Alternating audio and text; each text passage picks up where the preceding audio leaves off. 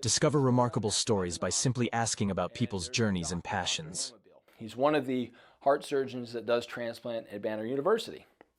And I could tell that, we had a connection, and he does with all his patients. But there was one time specifically, he had come in and we were talking, and I'm like, Dr. Aaron Bill, how did you become a heart surgeon? Or a transplant surgeon of all things? And he sat there and he told me his entire story. This guy, his family owned a pool construction company.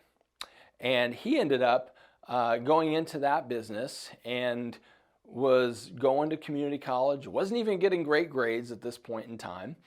And his friends were like, hey, for the summer, we're all going to become EMTs. We're going to go out and we're going to have fun. And he's like, oh, that sounds good. So he became an EMT just for the summer. And he had a very unique experience where one of the things he was doing is he was actually delivering organs. He was part of that team. And one of the doctors that he delivered the organs said, hey, would you like to come in here with us? So he scrubbed in and he's just this EMT and he sees a transplant happen.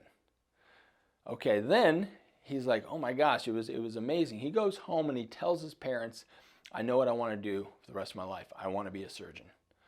And they're thinking like, you're working for our family business doing this. You're not even getting good grades. They don't say this, but he can tell.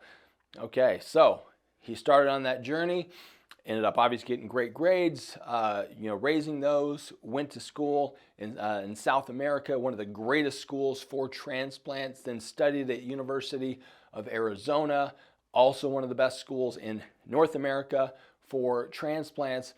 And that's how he got into that realm. Well, that story is amazing. And I guarantee that I'm probably one of the very few people that have been a patient that asked him that question. And to this day, if you mention my name, he knows who I was, and he wasn't even the one that did my transplant. So again, that's just an example of learning about where people come from, what they're interested in, where they're from too. Hey, I'm from Safford, Arizona. You've heard me say that. So I'm a big Safford guy, although I don't live there. I live up in the valley. There's a lot more opportunities up here.